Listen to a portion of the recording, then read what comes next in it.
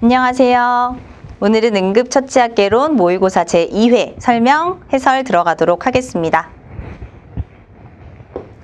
자, 1번 문제 먼저 볼게요. 직접 의료지도에 해당하는 것으로 바르게 짝지어진 것을 고르시오라고 되어 있어요. 직접 의료지도, 간접 의료지도 더 이상 설명 안 드려도 되겠죠. 자, 대신 그 직접 의료지도의 요청 지침에 워낙에는 지도의사의 지도를 수행받아서 수행한 경우에는 처치 후 환자 상태에 대한 정보를 지도의사에게 다시 전달한다라고 되어 있는데 2023년도에 추가가 됐어요. 중간에 추가 특이사항이 발생했을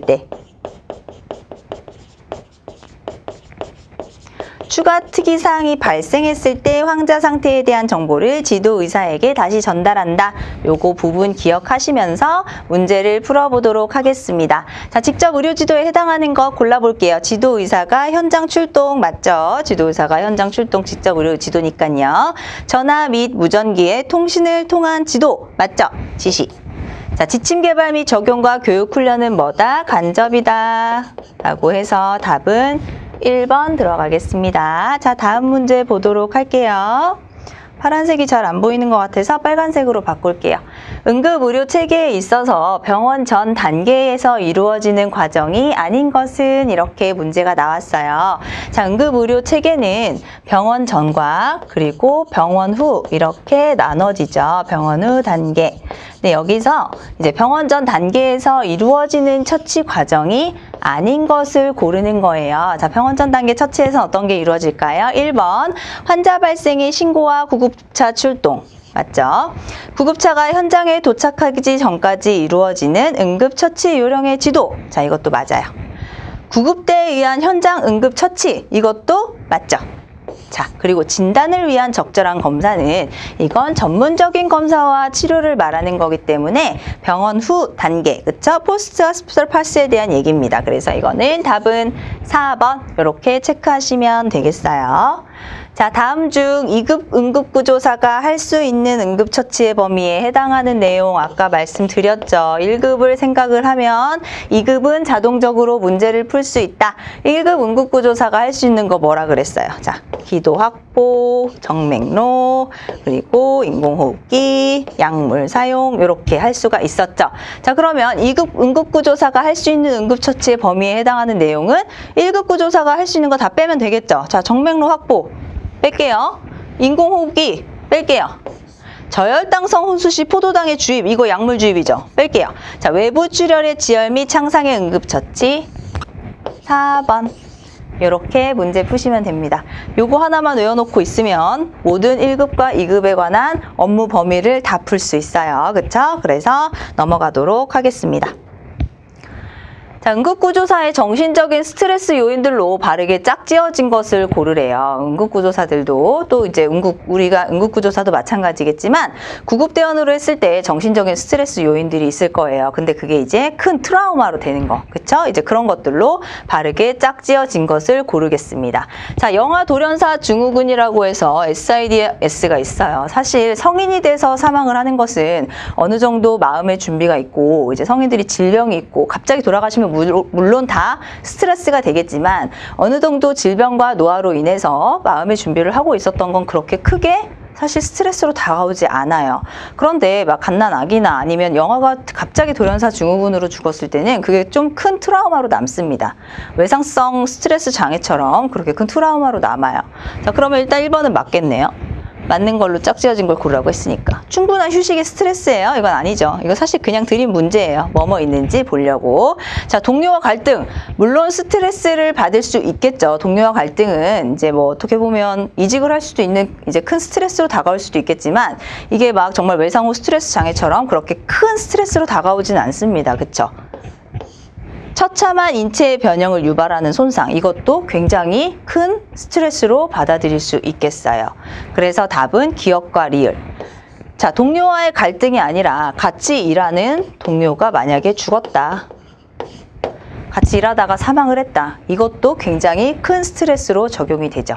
그래서 응급구조사의 정신적인 스트레스 요인들로는 일단 기억과 리얼 이렇게 포함이 되겠고요. 이거 말고도 밑에 해설에 대량 환자가 발생을 했거나 아니면 학대나 유기를 받거나 이런 심각한 손상이 너무 크게 막 정신적 스트레스를 받을 정도로 흉측한 모양이거나 몰골이거나 할 때는 이런 큰 정신적인 스트레스를 받을 수 있다.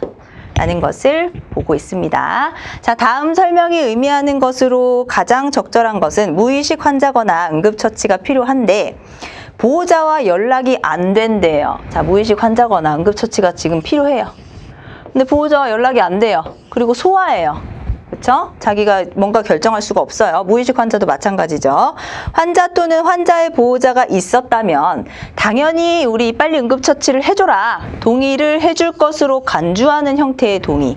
자, 응급구조사는 법적인 의무가 있죠. 뭐가 있어요? 응급의료에 관한 법률 중에 자, 어떤 게 있죠? 동의를 받아야 돼요. 응급의료 종사자는 구조에 보면 설명과 동의에 관한 법이 있습니다. 그래서 환자에게 발생하거나 발생 가능한 증상의 진단명, 그리고 응급검사의 내용, 응급처치의 내용, 그리고 응급의료를 받지 아니하는 경우에 예상 결과 이런 것들이 너 있을 수 있어 라고 설명을 해야 되고 동의를 받아야지만 응급처치를 할 수가 있어요. 동의를 받지 않고 응급처치를 하게 되면 나중에 법적으로 문제가 될 수가 있죠. 그래서 이런 것들 때문에 이런 동의를 받아야 되는데 자, 응급의료 종사자는 다음 각 코를 제외하고는 응급환자한테 응급의료에 관해 설명하고 동의를 받아야 된다. 구조에 있다고 했어요. 어떤 때냐? 응급환자가 의사결정 능력이 없어요. 또는 설명 및 동의 절차로 인해서 응급의료가 지체되면 환자의 생명이 위험해지거나 심신상의 중대한 장애를 갖고 와요. 그럴 때는 어쩔 수 없이 동의를 건너뛰고 응급처치를 할 수 있지만 이 두 가지의 사항이 아니면 무조건 동의를 해야 됩니다. 자, 그러면 동의에는 여러 가지 동의가 있어요. 명시적 동의, 정신질환자에 대한 동의, 묵시적 동의, 그리고 비자발적 이송에 대한 것들이 있습니다. 그래서 이거에 대한 것은 지금 뭐예요? 무의식 환자거나 응급처치가 필요한데 연락이 안 되는 소아예요. 그런데 보호자가 있었으면 당연히 동의를 해준대요. 이런 것은 묵시적 동의예요. 3번. 그래서 답은 3번입니다. 자, 명시적 동의는 환자가 정상적인 상태에서 자기 의사의 판단을 할 수가 있을 때 받는 동의. 정신질환자는 정신질환이 있어서 묵시적 동의랑 사실 비슷한 연속성이 있기는 해요. 정신질환자가 정신질환이 있어서 자기의 어떤 몸의 신체에 하는 행위에 대해서 이해를 잘 하지 못하거나 그거에 대해서 거부하거나 뭐 그랬을 때 받는 동의가 또 따로 있어요. 그래서 정신질환자에 대한 동의는 사실 묵시적 동의랑 비슷한 그 행태로 보시면 됩니다. 그리고 비자발적인 이송은 뭐냐면 사회에 무리를 일으킬 수 있을 것 같은 사람인 거예요. 그래서 경찰이나 아니면 그런 어떤 국가의 다른 지방자치단체를 이용해서 강제적으로 이제 이송을 하려고 할 때 경찰이나 법원 명령의 결과에 의해서 자신의 의지와 상관없이 이송이 될 때를 비자발적 이송이라고 합니다. 밑에 해설을 잘 읽어보시면 되겠어요. 넘어갈게요. 자, 응급의료에 관한 설명으로 틀린 것을 보도록 하겠습니다. 응급의료에 관한 법률 물어보는 거예요.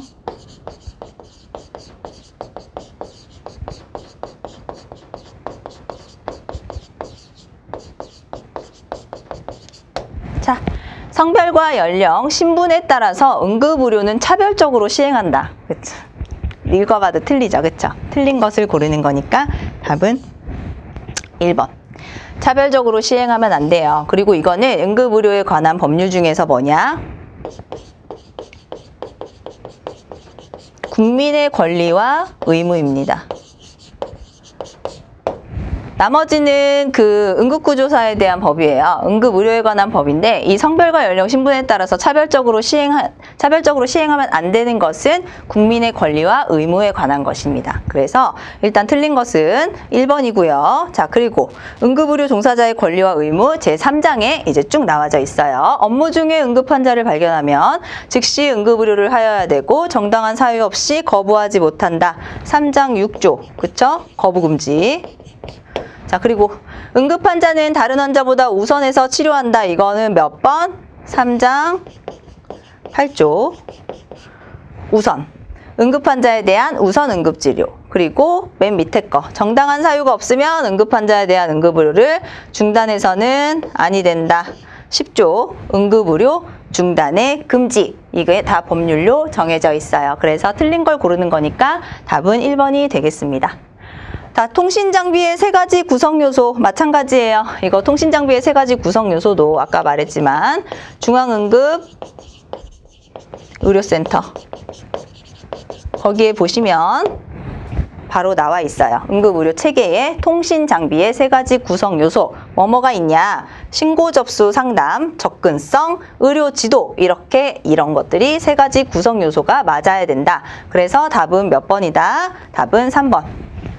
신고 접수, 접근성, 의료 지도. 이게 통신장비의 세 가지 구성 요소예요. 이런 것들은 그냥 어쩔 수 없이 외워야겠죠. 그쵸? 세 가지 구성 요소. 자, 다음 볼게요.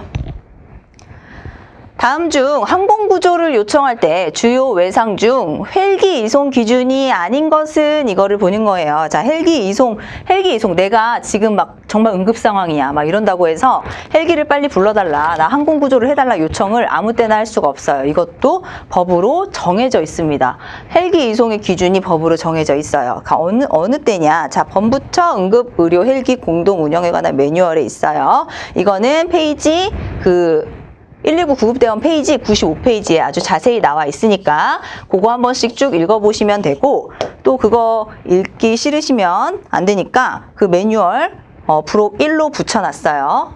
맨 밑에 보시면 2회 모의고사 맨 밑에 보시면 부록 1로 이 헬기 이송 기준 붙여놨으니까 그거 꼭 보세요.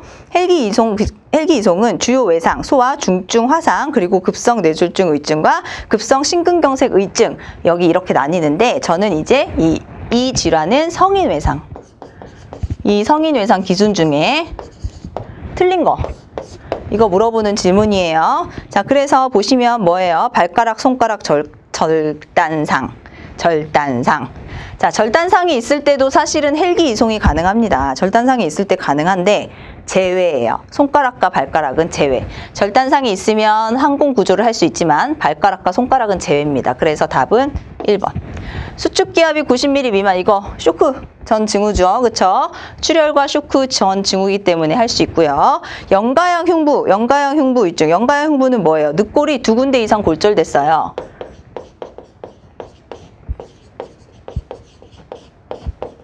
이상 골절이 됐어요. 자, 그래서 우리가 워낙에는 숨을 쉴 때 숨을 들이마시면 폐가 불어오르고 숨을 마시면 폐가 가슴이 들어가죠. 근데 영가형 흉부는 반대입니다. 그래서 숨을 들이마시면 폐가 가라앉고 숨을 내뱉으면 폐가 부풀어 올라요. 그건 영가형 흉부증이라고 해서 늑골 골절을 뜻하는 증상입니다. 그래서 큰 주요 외상이기 때문에 헬기 이송 기준이에요. 그리고 골반 골절 의증도 마찬가지예요. 나머지 성인 주요 외상인 경우 헬기 이송 기준은 해설에 잘 붙여놨으니까 밑에 쭉 읽어보시면 되겠습니다.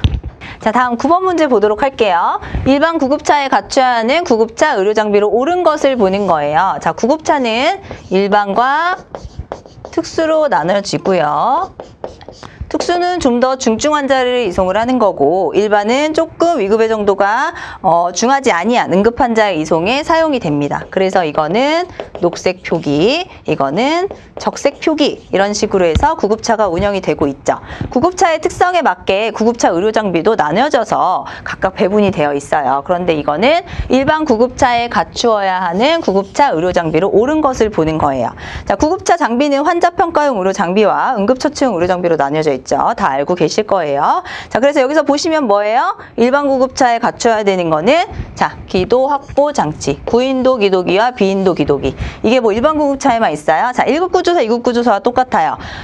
일반 구급차에 있는 거는 특수 구급차에 다 있습니다. 그쵸? 그래서 기도 확보 장치, 구인도 기도기와 비인도 기도기는 일반에도 있고 특수에도 있는 거예요. 나머지 환자 감시 장치와 혈당 측정기, 그리고 기관제 확장제 투여용의 의료용 분무기는 특수 구급차에만 있는 장비예요. 그래서 이렇게 문제를 푸시면 되고, 꼭 부록을 확인하셔서 일반 구급차와 특수 구급차에 각각 어떤 장비가 실려져 있는지 보시면 조금씩밖에 차이가 안 나요. 일반 구급차와 특수 구급차에 실려 있는 장비들이. 그래서 그거를 좀 파악을 해 놓으셔야지 돼요. 그래야 내가 출동 나갔을 때 어떤 구급차를 타고 갔을 때 이 장비가 여기 있는지 없는지 아실 거 아니에요. 그쵸? 자, 다음 중 구급차의 관리 기준으로 적절한 것은?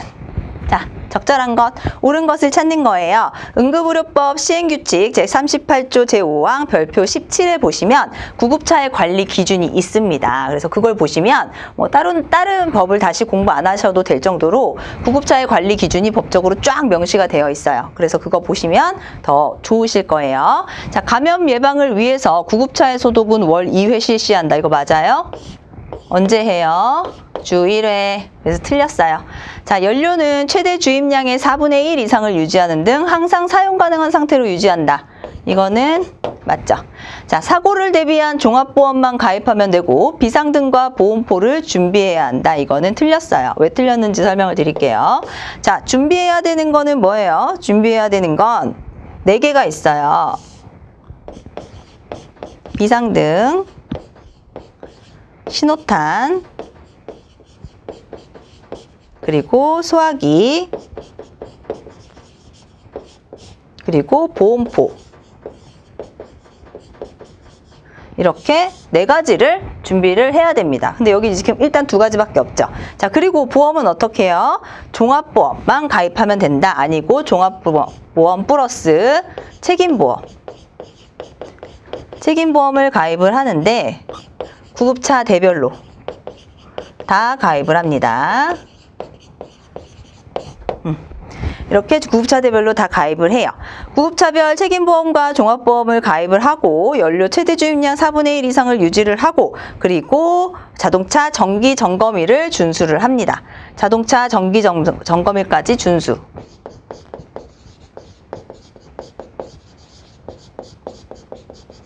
언제 할까요? 자동차 정기 점검일 아시죠? 자동차 정기 점검일 언제예요? 연 1회. 반드시 준수를 합니다. 자, 구급차 운행 기록을 빛이 작성하고 2년간 구급차 운용자가 보관한다. 몇 년? 3년. 자, 그래서 답은 몇 번이에요? 답은 2번. 이렇게 문제 푸시면 되세요. 넘어가도록 하겠습니다. 자, 다음 중 구급차의 용도 범위가 아닌 것은, 자, 용도 범위도 다 법적으로 나와져 있죠. 구급차는 언제 써라. 요것도 다 알고 계실 거예요. 응급 의료를 위한 혈액의 운반 쓸 수 있죠? 그쵸? 응급 의료를 위한 응급 의료 종사자의 운송 쓸 수 있어요. 사고 등으로 현장에서 사망한 사람을 의료기관 등에 이송 쓸 수 있죠. 통증이 있고 거동이 가능한 환자의 이송. 이거는 사실 용도 범위는 아닙니다. 통증이 있어서 뭐 거동이 만약에 불편했다. 아니면 척추 쪽에 장애가 있어서 거동이 아예 안 된다. 그럴 때는 용도 범위에 맞게 쓸 수가 있지만 통증은 있어요. 하지만 거동은 가능해요. 그렇지만 이렇기 때문에 꼭 구급차의 용도 범위로 포함이 될 수는 없습니다. 의료기관에 특히 그 의료기관의 환자의 소개나 유인이나 알선 등을 위해서 환자가 너무 나 아파서 못 가겠어요. 막 아파서 그쪽 병원에 못 가겠어요. 그랬을 때 그러면 이거 보내드릴게요. 구급차 그거 타고 오세요. 이런 알선, 유인, 소개 그런 용도도 절대 안 돼요. 쓰실 수 없어요. 아무리 병원에서 그렇게 쓴다고 하더라도 환자의 유인이나 알선을 위해서는 그렇게 쓰실 수가 없습니다. 그래서 답은 몇 번이다? 답은 4번. 자, 그리고 밑에 해설 쭉 읽어보시고 용도 범위 말고 이거 말고도 다양하게 있죠? 다 숙지하고 계세요. 자, 재난관리의 4단계 중 대비 단계에 속하는 것으로 옳지 않은 것. 재난관리의 4단계가 있습니다. 뭐가 있냐? 재난관리는 자, 예방 단계가 있어요. 그리고 대비 단계가 있죠. 그리고 대응 단계가 있어요. 그리고 복구 단계가 있어요. 이거 2개는 다시 나뉩니다. 이 위는 뭐예요? 재난 발생 전. 이거는 재난 후. 이렇게 나뉘어요. 자, 근데 이 4단계 중에서 요 대비 단계에 속하는 것으로 옳지 않은 것을 말하는 거예요. 요 대비 단계. 여기에 속하지 않는 게 뭘까라고 보시면 되는 겁니다. 자, 보시면 예방 완화 단계 밑에 쭉 보세요. 보시면 예방 완화 단계에는 이제 뭐 관련 법규를 제정을 해놓는다는 등 아니면은 뭐 정비를 해놓고 건축법하고 위험성 분석해놓고 이런 것들이 이제 예방이 되겠고요. 대비 단계는 이제 재난 대응 계획을 수립을 하는 거죠. 그리고 비상경보 체제를 구축을 합니다. 그리고 비상 자원의 확보를 해요. 대비를 해야 되니까, 그쵸? 계획도 수립하고 체제도 구축하고 비상 자원의 확보를 합니다. 환자의 수용과 후송은 언제예요? 재난 후죠, 그쵸? 근데 대비는 재난 전에 있는 애예요. 그렇기 때문에 환자의 수용과 후송은 일단 대응 단계에 있는 애겠죠. 재난 후에. 그래서 답은 3번. 자, 재난관리론에 의거해서 나와 있는 예방, 대비, 대응, 복구 단계이니까 그렇게 아시면 되고요. 이 대응 단계에는 또 어떻게 되냐? 위기관리 4단계가 있어요. 관심, 다 아시죠? 관심, 주의, 경계, 심각. 자, 관심 무슨 색? 블루. 주의 무슨 색? 옐로우. 경계 무슨 색? 오렌지. 심각 무슨 색? 레드. 해서 각각의 발령에 따라서 정부의 체계가 움직이게 되죠. 의료기관의 체계와. 요거 잘 알고 계셔야 됩니다. 재난관리의 4단계 중 이 각각의 단계와 대응에서 관심, 주의, 경계, 심각. 요거에 대한 이제 요 정부나 의료기관이 어떻게 움직이는지에 대해서 알고 계셔야겠죠. 알고 계실 거라고 믿습니다. 자, 병원 전 응급환자 분류. 중요. 새로 생겼어요. 2023년도에 다 시행 예정하겠대요. 원래 이거 시범 사업이었거든요. 그런데 2023년도에는 다 이걸로 하시겠다고 이제 그 지침에 나와 있습니다. 그래서 병원 전 응급환자 분류를 하는 거예요. 다음 보기에 증상을 호소하는 환자를 분류한 단계로 옳은 것은 자, 시민성 흉통과 지속되는 상당량의 토열이나 흑색변, 뇌졸중 의심 증상 발병 6시간, 운동 중 발생한 실신 이렇게 나와 있어요. 이거는 지금 몇 번이다 레벨?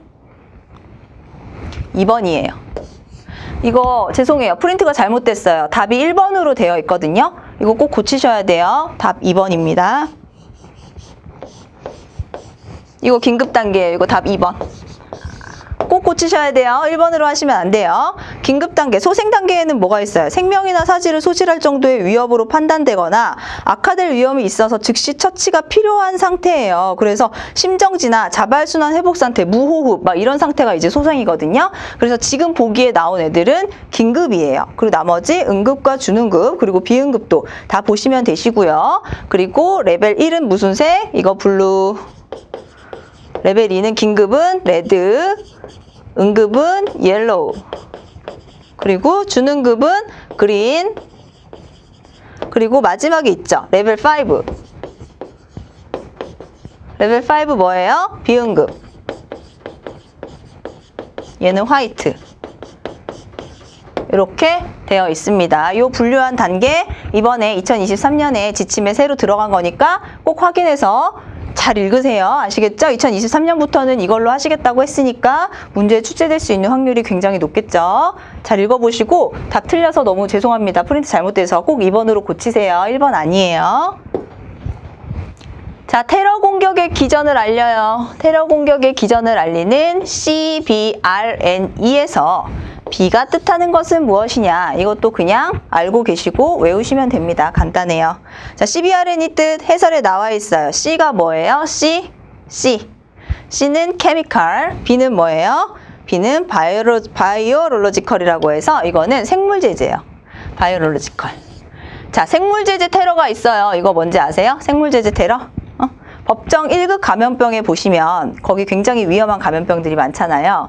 그런 생물 제재들을 일부러 그 나라에 뿌려버리는 거예요. 그걸 이제 생물학적 테러 공격으로 생물 제재를 쓸 수가 있는 겁니다. 그래서 바이오롤로지컬 해서 이 B는 요걸 뜻하고 있는 거예요. 나머지 R은 라디올로지컬, 방사선제, 그리고 N은 뉴클레어, 원자력, 그리고 폭발, E는 익스플로시브 해서 폭발 이렇게 되어 있어요.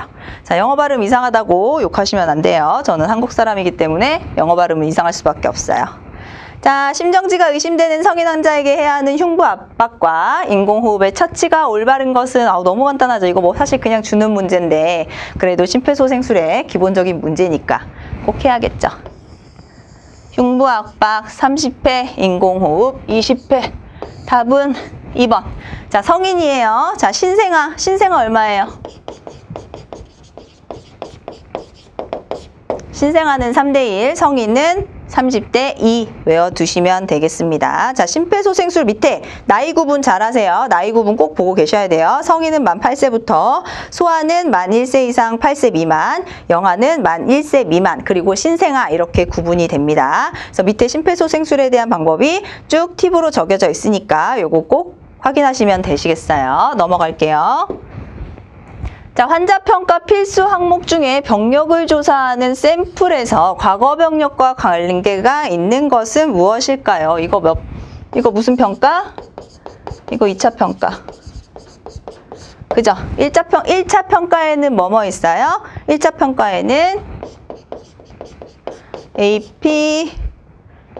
AVPU, 그쵸? 의식 보는 거, 그 다음에 ABCD.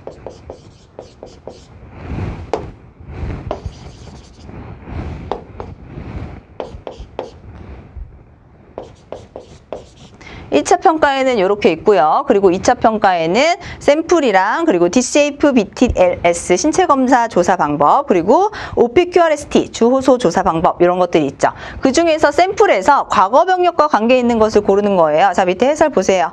S 심텀은 징후예요. 병력이랑 관계 없네요. A는 알러지, 그리고 M은 메디케이션, 투약, P가 뭐예요? Past Medical History라고 해서 관련된 과거 병력을 말하는 겁니다. 그래서 답은 3번.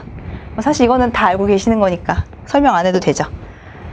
자, 다음에 부정맥 중 전기 충격이 가능한 리듬에 속하는 것으로 바르게 짝지어진 것을 고르세요. 부정맥 중에 전기 충격이 가능한 리듬에 속하는 것을 골라보시래요. 자, 어떤 것들이 있을까요? 우리는 다 응급기관에서 일했기 때문에 이거는 이런 것들이 문제가 나오면 바로 풀 수 있죠. 뭐예요? 심실세동과 무맥성 심실빈맥. 완전히 응급 상황이죠. 그쵸? 동성서맥과 동성빈맥은 실질적으로 어떤 증상들이 크게 나타나지 않아요. 고위험 증상이 나타나지 않지만 무맥성 심실빈맥과 심실세동은 굉장히 응급 상황입니다. 그래서 해설에 잘 적어놨으니까 쭉 읽어보시면 되시고요.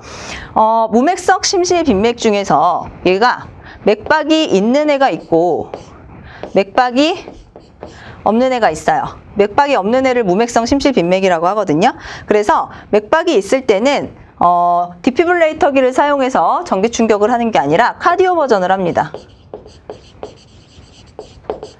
그리고 펄스가 없을 때는 디피브레이터기로 재세동을 하죠. 그래서 심실세동과 무맥성 심실빈맥은 전기 충격을 이용한 디피브레이터를 이용한 치료를 해서 되살려야 돼요. 소생을 시켜야 돼요. 안 그러면 바로 사망에 이를 수 있는 굉장히 위험한 부정맥입니다. 그래서 기억을 하고 계셔야 돼요. 자, 다음 중 쇼크 징후의 OP에 해당하지 않는 것은 무엇일까요? 쇼크가 있어요. 자, 쇼크가 있을 때는 증상이 있습니다. 쇼크의 증상. 이게 OP라고 나타나져 있어요. 쇼크의 임상적 특징이 뭐가 있어요? 해설해 보시면 뭐 있어요? 의식 변화가 있죠. 의식 변화. 그리고 피부 창백. 그리고 축축해요. 그리고 차가워요. 그쵸? 차갑고 호흡은 빠르고 얕아요. 호흡은 빠르고 얕은 호흡. 근데 이게 더 진행이 되면 호흡수가 점점 감소가 됩니다.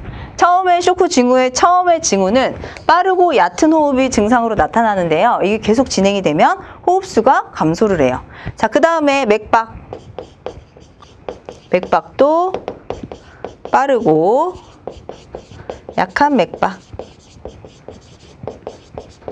자, 그럼 OP를 보도록 하겠습니다. 이 페인, 쇼크 징후 중에서 페인, 통증이 있을까요? 통증은 없어요. 그쵸? 해당하지 않는 거는 1번이에요. 팔럴, 창백하고요. 그 다음에 패스피레이션, 맥박이 불촉되죠. 그죠? 맥박이 빠르고 약하기 때문에 맥박이 잘 촉지가 안 된다는 뜻이에요. 그리고 프로스트레이션, 허탈된다는 뜻이에요. 허탈은 뭐예요?